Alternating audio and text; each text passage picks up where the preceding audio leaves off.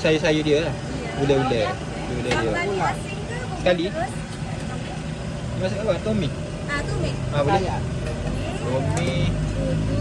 Bodoh sikit. Bodoh. Sikit. Sambal cili. Tambah sikit tak? Okey, okey. Tu apa? Nyo. Nyo. Boleh nyo. Ayam bakar. Ayam bakar.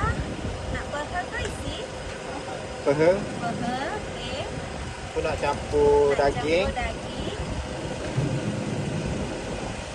Apa tu?